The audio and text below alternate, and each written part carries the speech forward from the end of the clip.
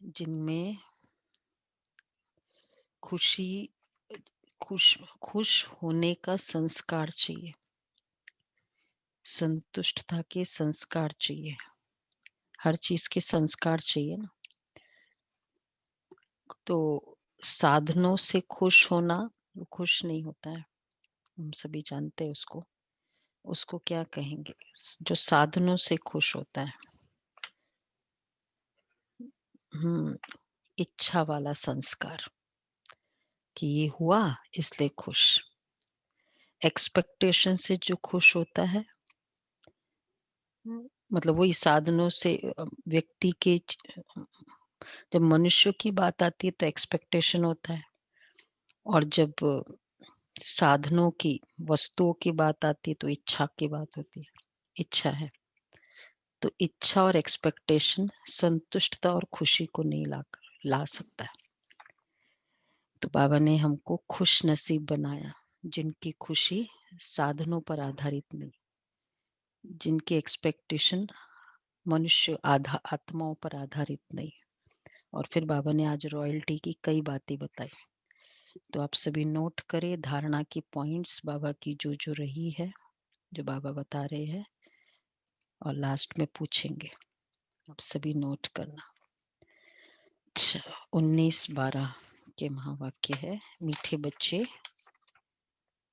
तुम्हारा वायदा है कि जब आप आएंगे तो हम वारी जाएंगे। ये वायदा है ना। अब आप आए हैं, तुम्हें वायदा याद दिलाने, सिर्फ मैं याद दिलाता हूँ, प्रॉमिस तुमने किया था ऐसा। अच्छा, प्रश्न है, किस मुख्य विशेषता के कारण पूज्य सिर्फ देवताओं को कहा जाता है? बड़ी डीप बातें आज भक्ति की बाबा ने रिचुअल्स को और मान्यताओं को डिस्क्लोज किया है। मुख्य कौन सी विशेषता उसके कारण पूज्य सिर्फ देवताओं को ही कह सकते हैं और किसी को नहीं? पवित्रता, संपूर्ण पवित्रता, क्योंकि बाबा ने कहा कि देवताओं की ही विशेषता है जो कभी किसी को याद नहीं करते, न बाप को याद करते, न किसी के चित्रों को याद करते, इसलिए उन्हें पूज्य कहेंगे। जिसके ऊपर याद ही नहीं करते, भगवान को भी याद नहीं करते ना, इसलिए उनको पूज्य पद की डेफिनेशन मिल गई। पूज्य है वो, वहां सुख ही सुख रहता है, इसलिए किसी को याद करने की दरकार ही नहीं। अभी तुम बाप की याद से ऐसे पूज्य पावन बने हो जो फिर याद करने की दरकार ही नहीं रहती। इस तरह हम पूज्य बने। कितनी गहरी बात भी है, लॉजिकल भी है, और दूसरा भगवान कितना निरंकारी है। नहीं तो कोई कुछ भी करता है किसी के लिए, किस लिए करता है? एटलीस्ट याद तो रहे कि मैंने किया है। पेरेंट्स भी बच्चों को प्रॉपर्टी दे रहे, भाई बच्चे को ही देना है, तो भी सोचते हैं कि याद तो रहना चाहिए ना उसको कि उन्होंने दिया है। बाबा हमको ऐसा बनाते हैं ताकि हम याद ही नहीं करें बाबा को। क्या कहेंगे? बाबा की निरंकारिता, ये है निरंकारिता।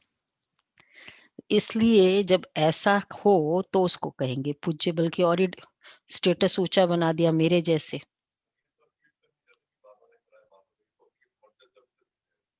हाँ, तो इसलिए ना बाबा ने अभी, इसलिए संगम युग में बाबा को पूरा हम बाबा की यही चाहना है ना बच्चों से, हर चीज बाबा को कहो।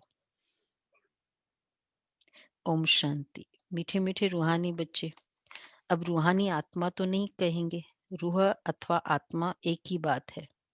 रूहानी बच्चों प्रति बाप समझाते हैं, आगे कभी भी आत्माओं को परम पिता परमात्मा ने ज्ञान नहीं दिया। बाप खुद कहते, मैं एक ही बार कल्प के पुरुषोत्तम संगम युग पर आता हूँ। ऐसे और कोई कह न सके।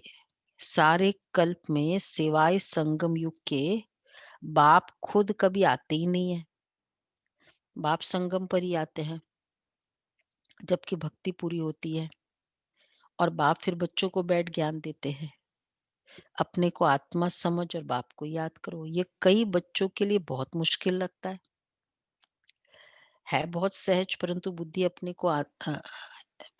बुद्धि में ठीक रीति बैठता ही नहीं है। आत्मा समझ बाप को याद करना, बाप को याद करना भी इजी है नहीं है? वो तो भगवान को वैसे भी याद करते आए हैं, थोड़ी आदत है तो निराकार को याद करें, लेकिन आत्मा समझ याद करते हैं। हम्म, ये बहुत, जब भी बाबा को याद करे तो आत्मा समझ याद किया। करंट तभी करंट होता है, बाबा को करंट तब पहुंचेगी, नहीं तो रबड़ आ जाएगा तो कैसे करंट आएगी। स्वयं को बिंदी स्वरूप, सिर्फ बाबा बिंदी है वो तो ठीक है, स्वयं को बिंदी समझना। हाँ, तो घड़ी घड़ी समझाते रहते हैं, समझते हुए भी नहीं समझते हैं। स्कूल में टीचर 12 मास पढ़ाते हैं, फिर भी कोई नापास हो पड़ते हैं। ये बेहद का बाप भी रोज बच्चों को पढ़ाते हैं, फिर भी कोई को धारणा होती है, कोई को भूल जाती है। मुख्य बात तो यही समझाई जाती है कि अपने को आत्मा समझो और बाप को याद करो। बाप ही कहते मामे कम याद करो, और कोई मनुष्य मात्र कभी कह नहीं सकेंगे। बाप कहते मैं एक ही बार आता हूँ, कल्प के बाद फिर संगम पर एक ही बार तुम बच्चों को समझाता हूँ। तुम ही ये ज्ञान रत्न ज्ञान प्राप्त करते हो, दूसरा कोई लेते ही नहीं।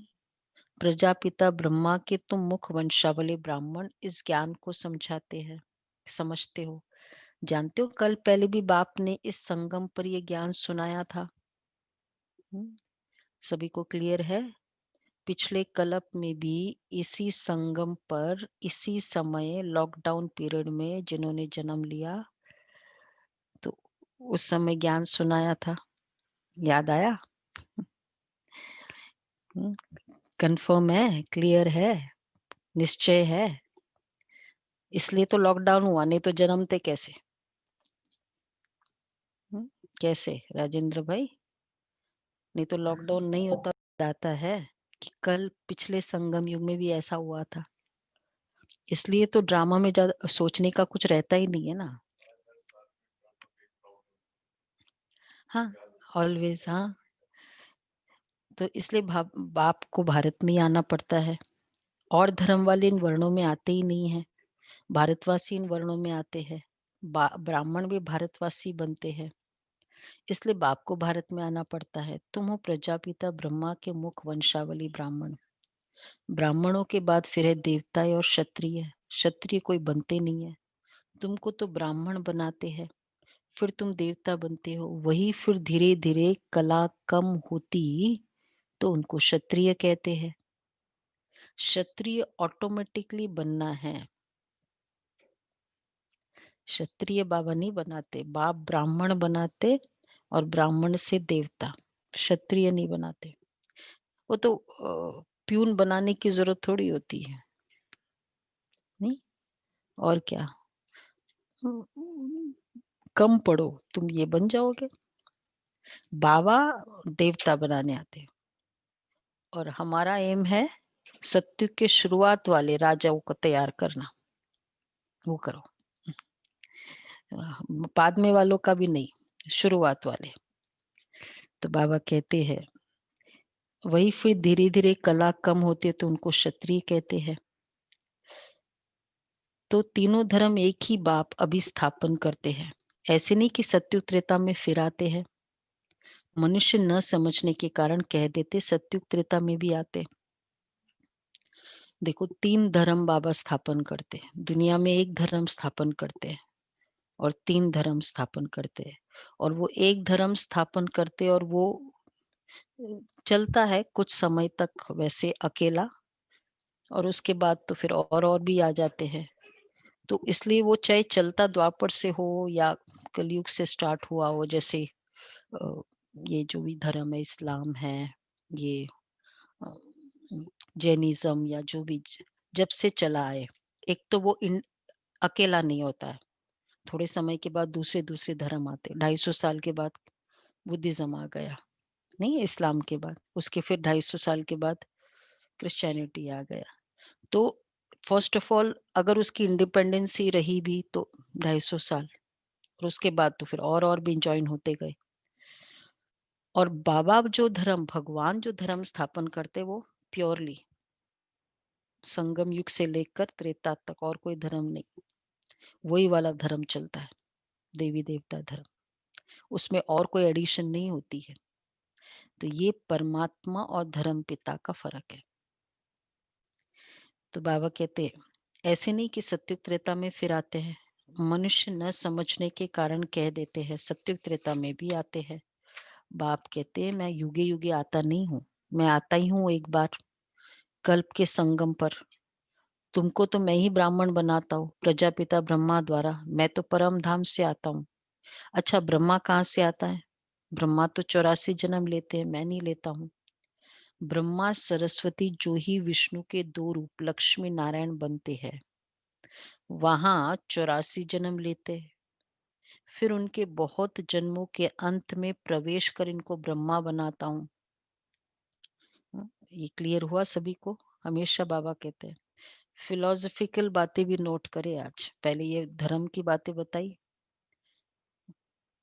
संगम युग की बात बताई, और अब तीसरा कि ब्रह्मा 84 जन्म लेते हैं, मैं नहीं लेता हूं, और इनके 84वें जन्म में ये मैं आता हूं।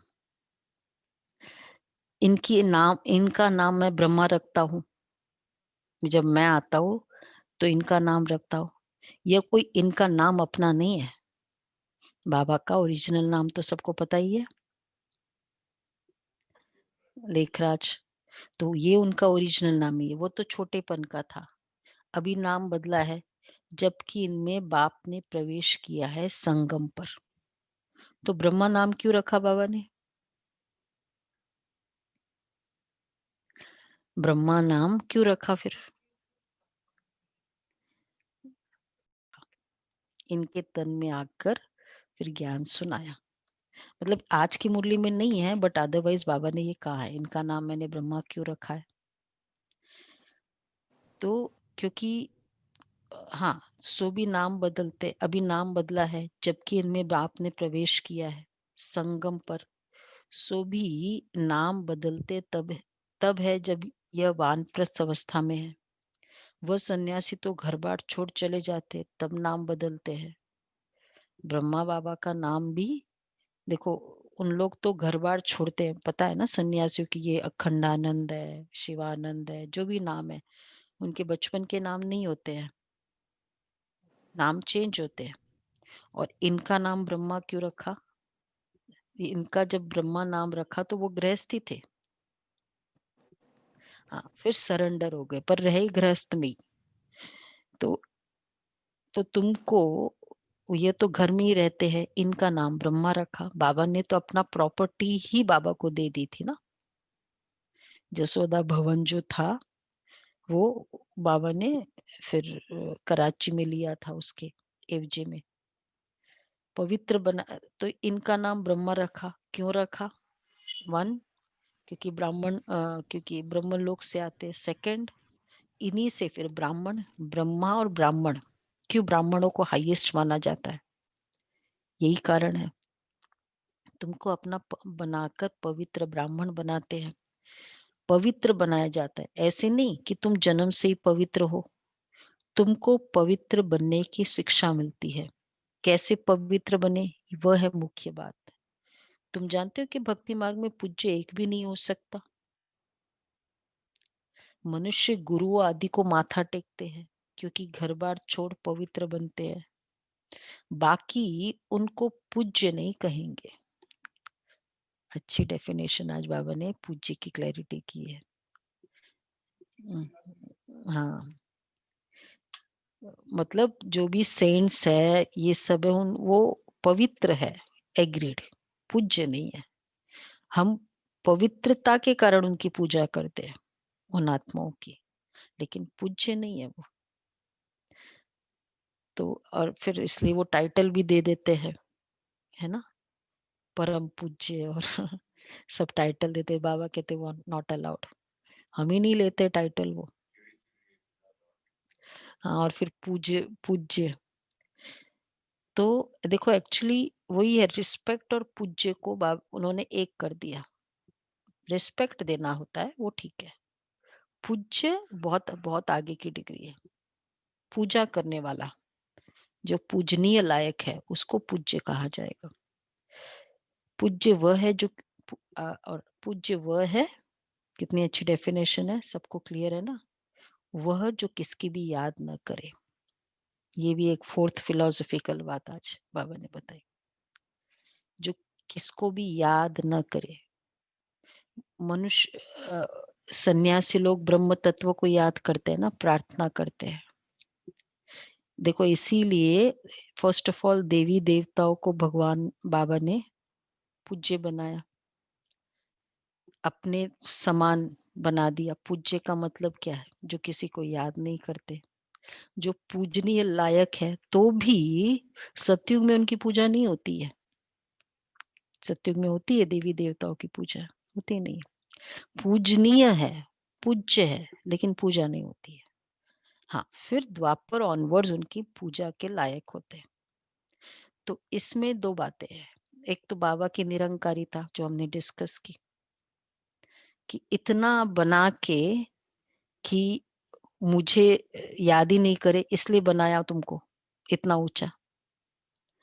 ये कौन, ये सोशल वाले और जो होते हैं क्लब वाले, वो थोड़ा सा भी कुछ करते हैं तो कहते हैं याद रहे, वो नाम चला आता रहे। वहां से अगर चैरिटी होती रहती है तो यही चाहते हैं ना कि मेरा नाम चला आए।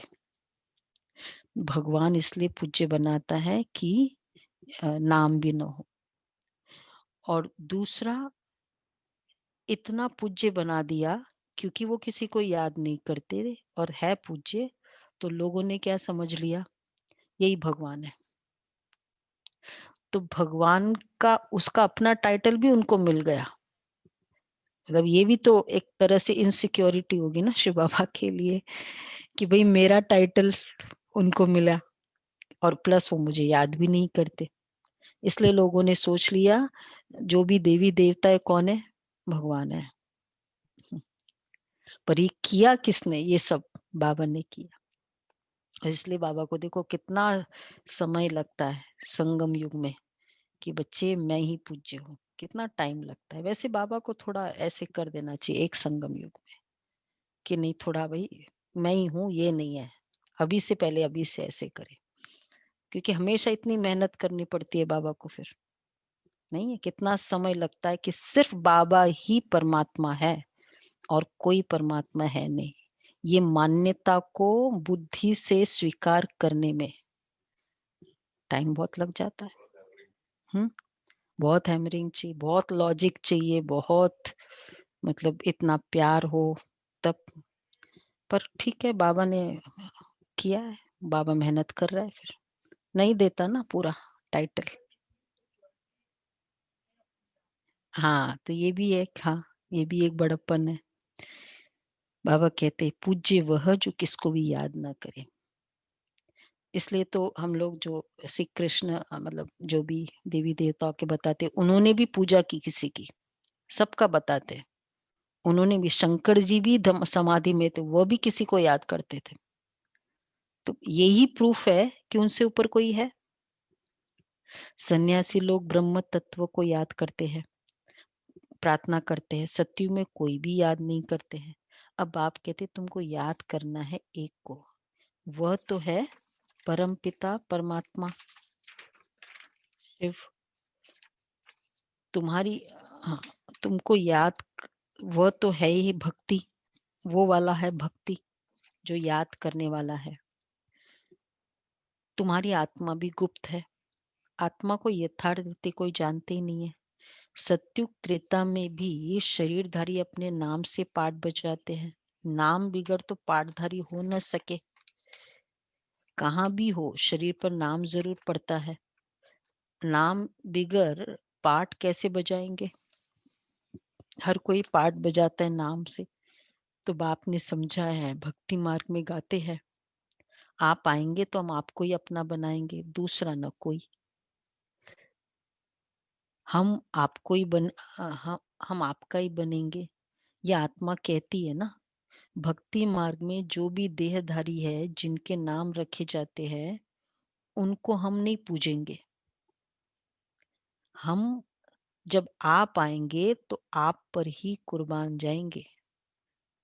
याद दिला रहा है बाबा, सब ये सब आपने बोला था, याद आया कि जब आप आएंगे तो आप पे ही, आपको ही पूजेंगे और किसी को नहीं पूजेंगे। याद आया कि नहीं आया कि भगवान जब वायदा प्रॉमिस है, तो हम लोग कई कई क्या कहते हैं, हम लोगों ने सोच के थोड़ी किया था। आरती में आया, गा दिया, सोच के तो नहीं किया था ना। क्यों नहीं सोच के किया फिर? किसको बोल रहे हो? सामने कौन है? यही तो माने जाते थे कि ये साक्षात भगवान है, उनको उनको हम बोल रहे हैं। जब उनको बोल रहे हैं तो सोच समझ के बोलो। ऐसे क्यों बोल दिया उनको? वैसे क्षमाशील का हमने फायदा उठाया ना, चलो कोई बात नहीं। तो कहने का भाव कि ज्ञान में हर चीज हम मीनिंग से करते हैं, इसलिए हम सभी को कहते हैं, नए भी बैठे ना, जब तक आपको अपील न हो आप निश्चय मत करो। सोचो, सच समझो कि क्या ये बात राइट है। नहीं समझ में आता है, रेडी है बताने के लिए, पूछो। पर दिल से समझो तो फिर वो अपना निश्चय होगा। हाँ, फिर थोड़ा तो वो भी होता है कि नहीं बाबा ने कहा है इसलिए ये भी है। ये नहीं कि अब जैसे सत्युग की बात है, आप कहेंगे मुझे दिखाई दे, तो वो नहीं हो सकता। भगवान कह रहा है ये तो निश्चय कर लो, उसके बाद फिर जो वो कहता है वो तो फिर है ही राइट। पहले ये भगवान कह रहा है, ये क्लियर हो।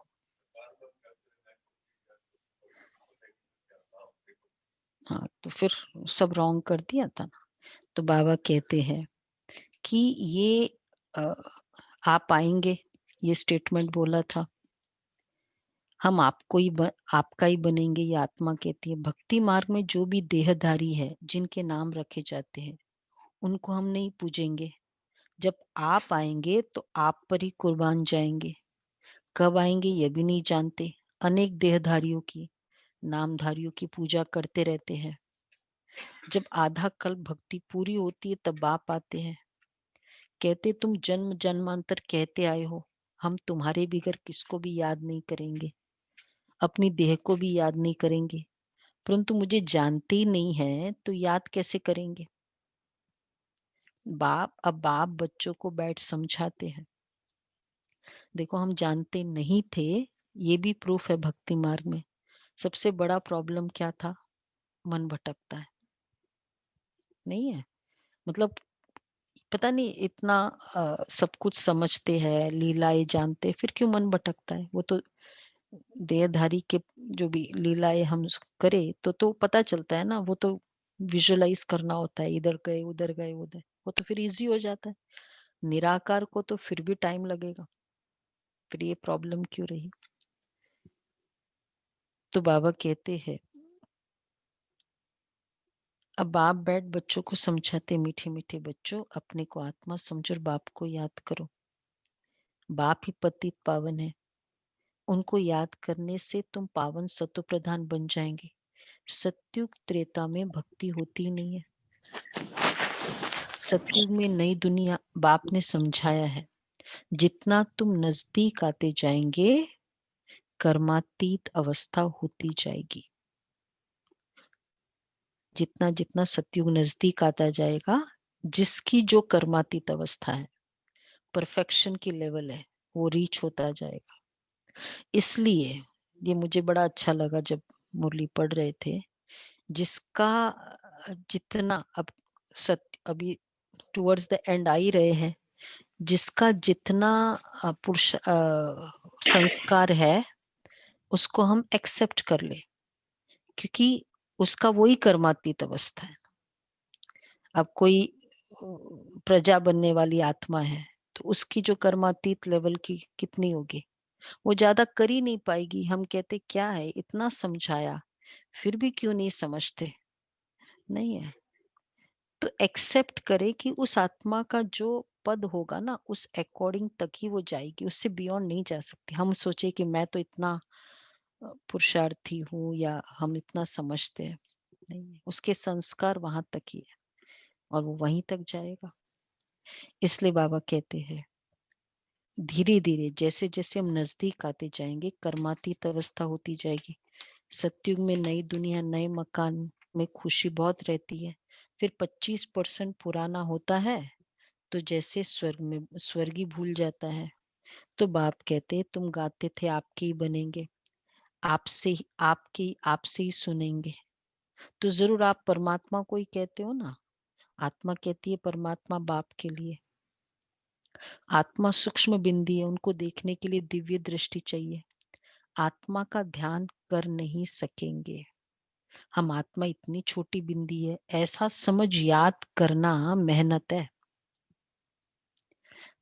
दूसरी बार फोकस किया बाबा ने आज। परमात्मा को ही याद नहीं करना है, आत्मा समझ परमात्मा को याद करना है। बहुत छोटी बिंदी है। आत्मा के साक्षात्कार की कोशिश नहीं करते हैं, परमात्मा के लिए कोशिश करते हैं। जिसके लिए सुना है कि वह 1000 सूर्यों से तेजोमय है। किसको साक्षात्कार होता है? तो कहते बहुत तेजोमय था, क्योंकि वही सुना हुआ है। यही सुना हुआ है ना कि ऐसा तेजोमय होता है।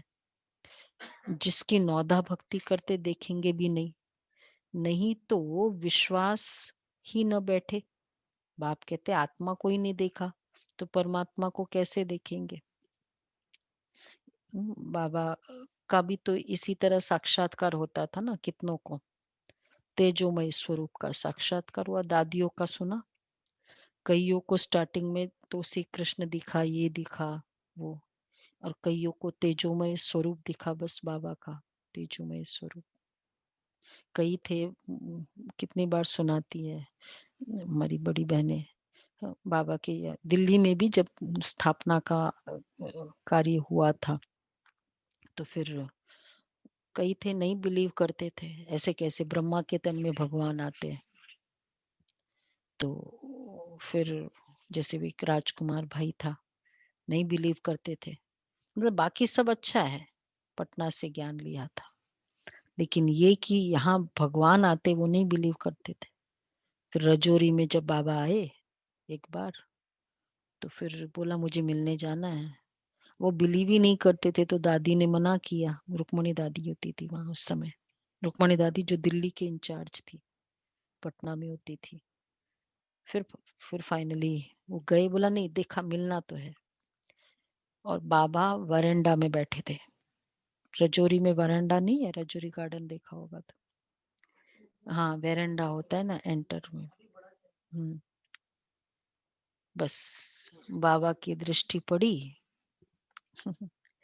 बस तेजो में साक्षात्कार हो गए। तो क्योंकि वही फीलिंग है ना, भक्ति में यही सोच के आए थे। तो बाबा कहते नहीं तो विश्वास ही न बैठे। बाप कहते आत्मा को ही नहीं देखा तो परमात्मा को कैसे देखेंगे। आत्मा को देख ही कैसे सकते हैं। और सबके शरीर का चित्र है, नाम है, आत्मा है, बिंदी बहुत छोटी है, उनको कैसे देखे। कोशिश बहुत करते हैं, परंतु इन आंखों से देख नहीं सकते। आत्मा को ज्ञान की अव्यक्त आंखें मिलती है, नया नाम है। ज्ञान की अव्यक्त आंखें बाबा को, आत्मा को मिलती है। अभी तुम जानते हो आत्मा कितनी छोटी है। मुझ आत्मा में 84 जन्मों का पाठ नोंदा हुआ है। हाँ, जो मुझे रिपीट करना है। बाप की श्रीमत मिलती है श्रेष्ठ बनाने के लिए, तो उस पर चलना चाहिए ना। तुम्हें दैवी गुण धारण करने हैं। खान पान भी बाप की श्रीमत, खान पान भी रॉयल चाहिए, होना चाहिए। चलन बड़ी रॉयल चाहिए। खान पान शुद्ध होना और खान पान रॉयल होना अलग अलग है कि एक है? क्या अंतर है? अलग अलग है। हाँ, भोजन में रॉयल्टी, भोजन में शुद्धता, पवित्रता, वो एक अलग सब्जेक्ट है। भोजन करते समय, भोजन के लिए, भोजन में रॉयल्टी, खान पान में। एक तो हाँ, उसमें कई बातें हैं।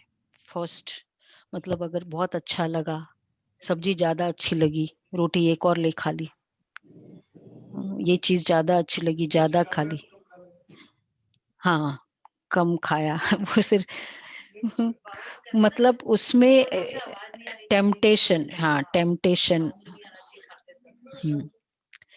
तो टेम्पटेशन होना, ये भी ये बाबा ने एक बार मुरली में कहा था, एक रस भोजन, एक रस होना चाहिए।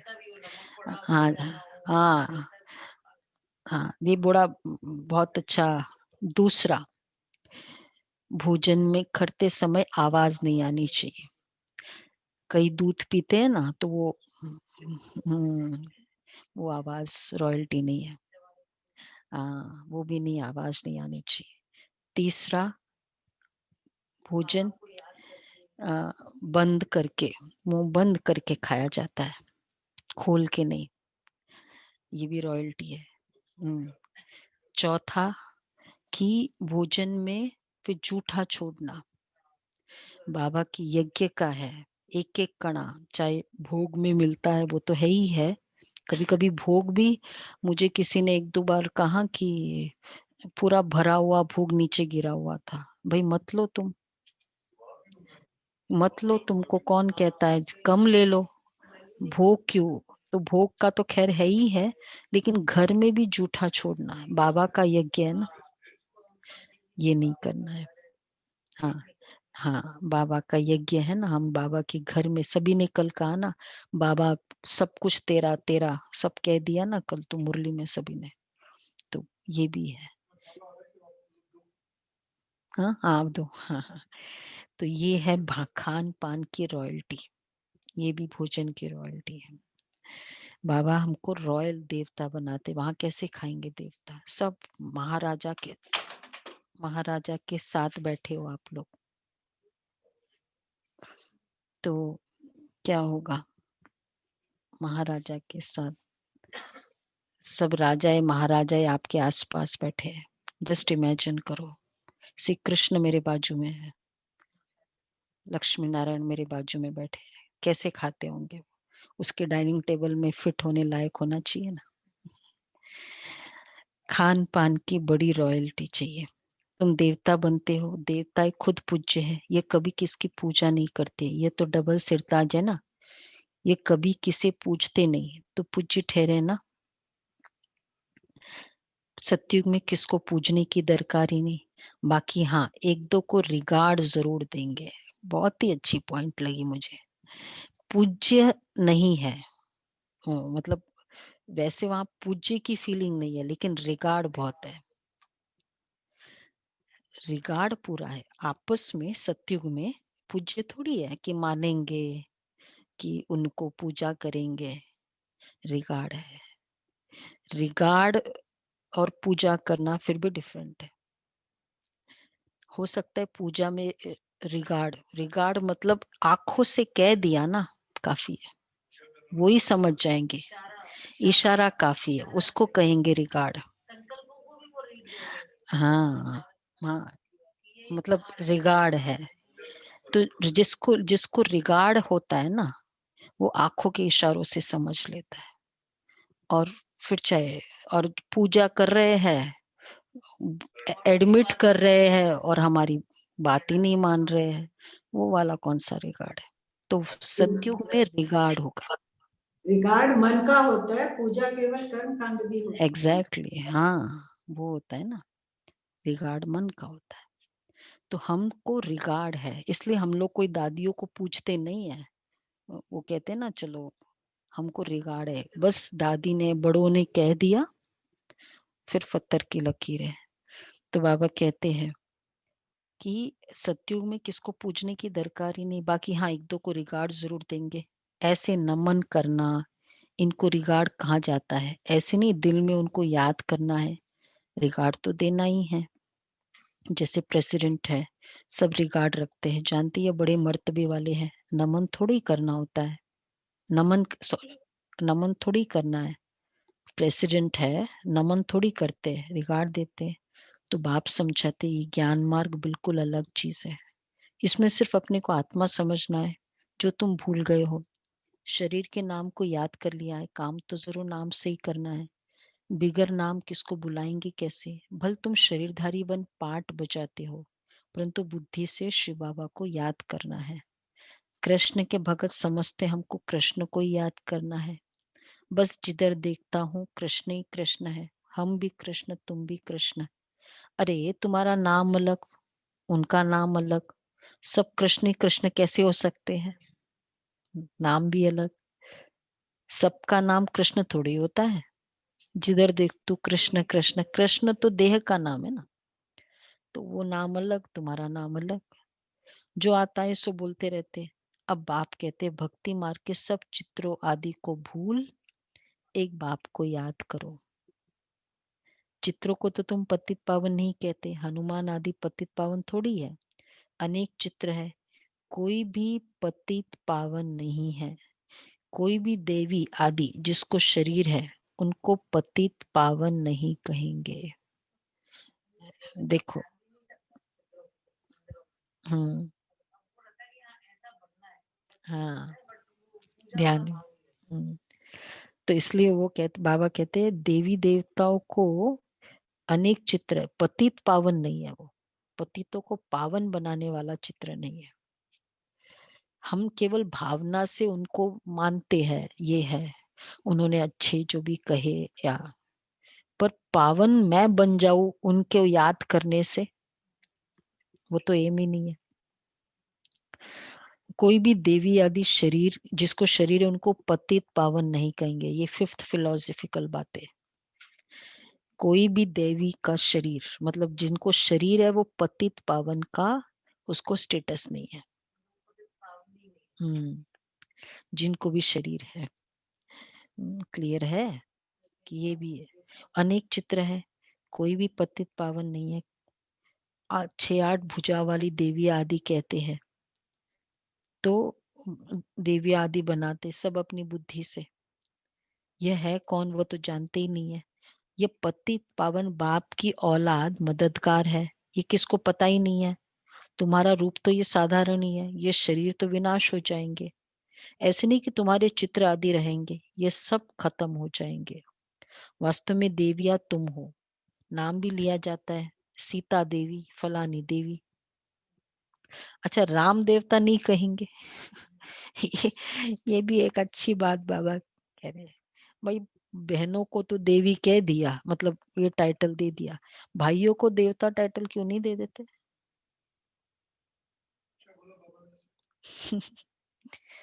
बाबा ने भी नहीं देव, कहा है। देव बोलते हैं ना, हाँ, देवता देव तो बोलते ही हैं, देव। देव बोला। देवता कन्याओं माता फलानी देवी व श्रीमती कह देते, वह भी रॉन्ग हो जाता है। श्रीमती भी नॉट अलाउड कहना। अब पावन बनने के लिए पुरुषार्थ करना है। तुम कहते भी हो पतित से पावन बनाओ, ऐसे नहीं कहते कि लक्ष्मी नारायण बनाओ। हाँ, ये भी कितनी अच्छी बात है। लक्ष्मी नारायण नहीं कहते, पतितों को पावन बनाओ। पतित से पावन भी बाप बनाते, नर से नारायण भी वह बनाते। वो लोग पतित पावन निराकार को कहते हैं। और सत्य नारायण की कथा सुनाने वाले फिर और दिखाए है। देखो, हमें ये कहा जाता है परमात्मा को पतितों को पावन बनाओ, पर ये नहीं कहते कि नर से मतलब लक्ष्मी नारायण बनाओ। ये बोलते हैं ना भाई लक्ष्मी नारायण बनाओ। मांगते मांगते भी कितना छोटा चीज मांगते हैं, पूरा ही मांगे ना, बड़ा मांगे फिर। ऐसे तो नहीं कहते, ऐसे तो कहते नहीं बाबा सत्यनारायण की कथा सुनाकर अमर बनाओ, नर से नारायण बनाओ। ये नहीं बोला नर ऐसी करनी करे जो नारायण बने, ये बोला, पर नर से नारायण बनाओ भगवान को नहीं बोला। सिर्फ कहते आकर पावन बनाओ। बाबा ही सत्य नारायण की कथा सुनाकर पावन बनाते हैं। तुम फिर औरों को सत्य कथा सुनाते हो, और कोई जान न सके, तुम ही जानते हो। भल तुम्हारे घर में मित्र संबंधी भाई आदि है, परंतु वह भी समझते नहीं है। अच्छा, मीठे मीठे सिक्के लदे बच्चों प्रति माता पिता गुड मॉर्निंग। रूहानी बाप की रूहानी बच्चों को नमस्ते। हम रूहानी बच्चों की रूहानी बाप दादा को नमस्ते, गुड मॉर्निंग, थैंक यू बाबा, शुक्रिया बाबा। गुड मॉर्निंग और नमस्ते। अच्छा, धारणा के लिए सार है, स्वयं को श्रेष्ठ बनाने के लिए बाप की जो श्रीमत मिलती है उस पर चलना है। स्वयं को श्रेष्ठ बनाने के लिए बाप की जो श्रीमत मिलती है उस पर चलना है। दैवी गुण धारण करने हैं। खान पान चलन सब रॉयल रखना है। खान पान चलन सब रॉयल रखना है। दूसरा है, एक दो को याद नहीं करना है, लेकिन रिगार्ड जरूर देना है। पावन बनने का पुरुषार्थ करना और कराना है। पावन बनने का पुरुषार्थ करना और कराना है। वरदान है, सर्व खजानों को समय पर यूज कर निरंतर खुशी का अनुभव करने वाले खुश नसीब आत्मा भव। सर्व खजानों को समय पर यूज कर निरंतर खुशी का अनुभव करने वाले खुश नसीब आत्मा भव। बाप दादा द्वारा ब्राह्मण जन्म होते ही सारे दिन के लिए अनेक श्रेष्ठ खुशी के खजाने प्राप्त होते हैं। इसलिए आपके नाम से ही अब तक अनेक भक्त अल्पकाल की खुशी में आ जाते हैं। आपके जड़ चित्रों को देखकर खुशी में नाचने लगते हैं। ऐसे आप सब खुश नसीब हो। बहुत खजाने मिले हैं।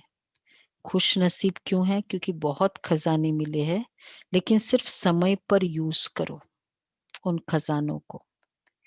चाबी को सदा सामने रखो, अर्थात सदा स्मृति में रखो और स्मृति को स्वरूप में लाओ, तो निरंतर खुशी का अनुभव होता रहेगा।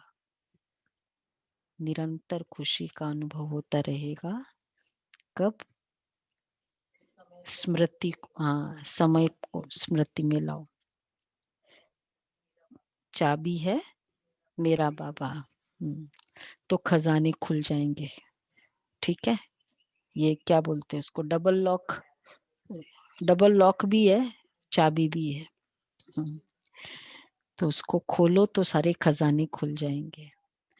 इसलिए बाबा ने बहुत अच्छा है कि खुश नसीब आत्मा, मैं बहुत खुश नसीब आत्मा हूँ। और तब बाबा ने बहुत अच्छी बात कही कि क्यों लोग, वो भक्ति में प्रथा है या अदरवाइज भी भावना है कि चित्रों को देखते ही नाचने लग जाते हैं। मतलब नाचने का है ही, भजन गाते हैं तो एक नाचने का फीलिंग आती है, उमंग में आ ही जाते हैं। क्यों? क्योंकि हम आत्माएं सदा संगम युग में इतनी उमंग में रहती थी। सतयुग में खुशी के अलावा कुछ था ही नहीं। और वैसे भी खुशी आती है जिस समय आप साधनों के आधार से अपने आप को वे नहीं करते हो, तो खुशी रहती है। जैसे बहुत बार कि ये हो जाए, बिजनेस बढ़ जाए, मतलब कुछ भी तरह की इच्छाएं है, वो खुशी कभी नहीं। इच्छा और खुशी का मतलब कॉन्ट्रास्ट। जिस समय हमने ये संकल्प कर लिया, जो है बाबा आई एम रेडी, चाहे इससे भी कम हो, I am okay with it, मतलब ये अगर फीलिंग आ जाए ना तो खुशी रहती है। और अगर वैसा वर्षा है, इतना हो जाए ना, तो ये संतुष्टता उसके कारण नहीं होगी। और खुशी भी, एक्सपेक्टेशन और संतुष्टता, सॉरी, इच्छाएं, एक्सपेक्टेशन और इच्छाएं, खुशी और संतुष्टता को। और फिर दूसरा, आत्माओं की कंप्लेंट्स, ये ऐसे करे, वो ऐसे करे, ये भी खुशी नहीं रखने देती। तो जो नहीं, मतलब इससे भी कम है तो भी आई एम ओके, और वो आत्मा मेरे लिए इतना नहीं भी करे तो भी आई एम ओके। वो आत्मा खुश बहुत रह सकती है। खुशी का चाबी ये है। ठीक है, तो हम सब कौन है? कौन? खुश नसीब आत्मा। आज तो सारा दिन यही स्वमान रहेगा, मैं खुश नसीब हूँ। जो भी है संगम युग में बहुत अच्छा मिला है। हम सबको तो वैसे भी कुछ कमी नहीं है, और इच्छाओं की कोई एंड नहीं है, ये तो हम सभी जानते हैं। स्लोगन है, बाप की श्रेष्ठ आशाओं का दीपक जगाने वाले ही कुल दीपक है। बाप की श्रेष्ठ आशाओं को जगाने वाली ही कुल दीपक है। अच्छा, पॉइंट कौन सा है?